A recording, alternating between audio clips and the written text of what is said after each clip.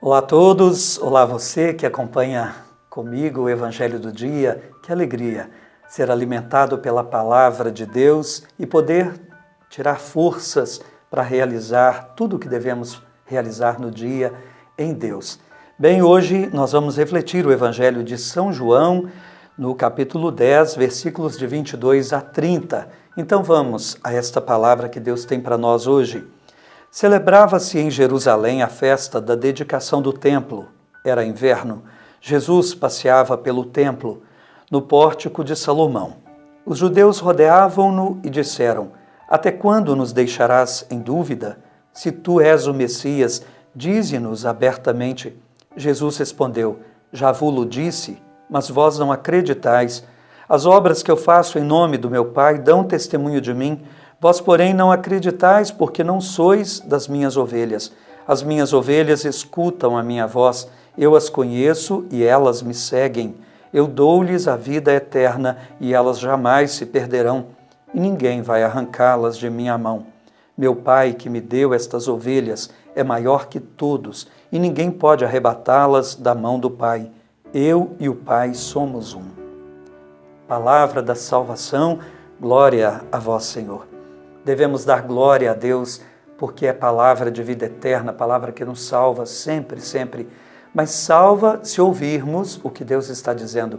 E é justamente isso que Jesus hoje está dizendo, continuando o evangelho de ontem, quando ele afirmou: Eu sou o bom pastor, e o bom pastor é aquele que dá a vida pelas ovelhas. Ontem Jesus falou sobre a figura do pastor. Hoje ele vai falar sobre a atitude das ovelhas.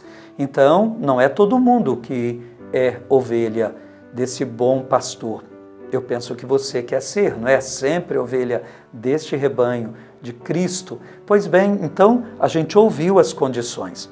Ele está dizendo para nós que para ser ovelha do seu rebanho é preciso ouvir a sua voz. Esse é o critério essencial, aquele que ouve a minha voz. Esse é a ovelha que pertence ao meu rebanho.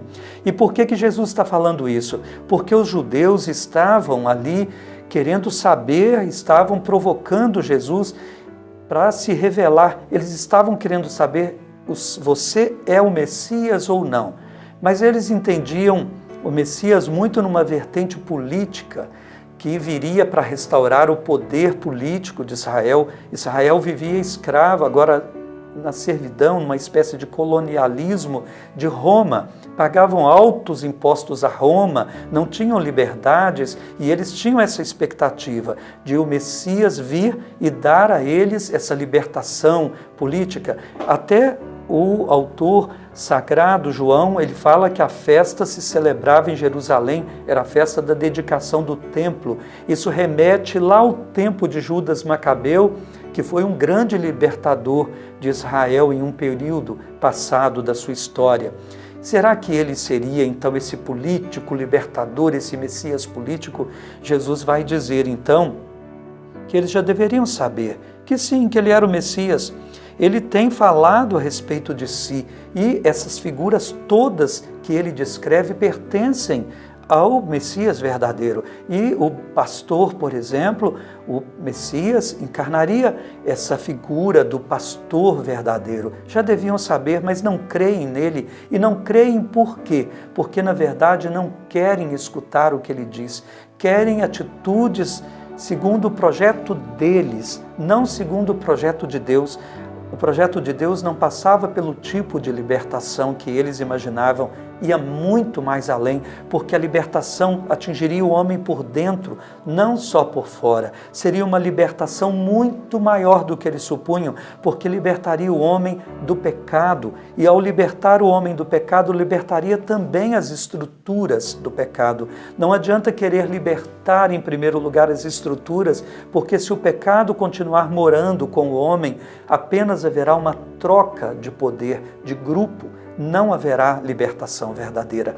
Jesus está dizendo: é preciso ser ovelha do meu rebanho, do bom pastor, para que vocês sejam verdadeiramente livres. E para ser ovelha do meu rebanho, é preciso escutar a minha voz. E Ele está dizendo, vocês não escutam minha voz, vocês não são e nem querem ser, não fazem o menor esforço para serem ovelhas do rebanho de Deus. Vocês querem os seus projetos, vocês querem o seu modo de viver.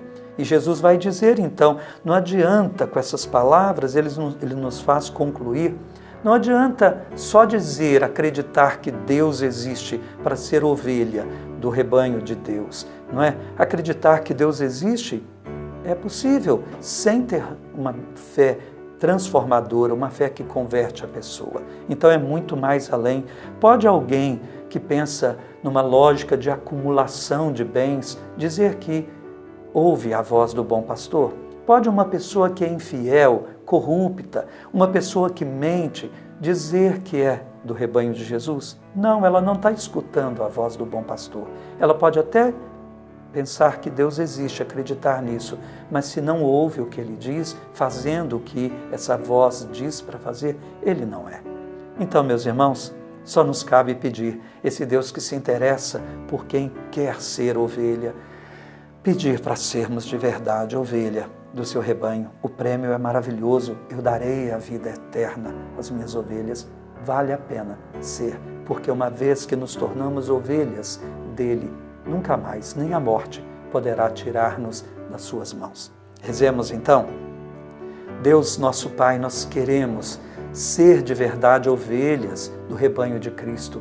Mas, Senhor, tantas vezes somos traídos por nossos próprios projetos e, em vez de escutar a voz do bom pastor, ficamos escutando estas vozes. Senhor, dai-nos em primeiro lugar escutar a voz do bom pastor e ter a coragem de, ouvindo a sua voz, fazer o que ela nos diz para fazer. Isso pedimos pelo mesmo Cristo. Amém. O Senhor esteja convosco, Ele está no meio de nós. Abençoe-vos Deus Todo-Poderoso, Pai e Filho e Espírito Santo. Amém. Fiquem na paz do Senhor. Até amanhã, se Deus quiser.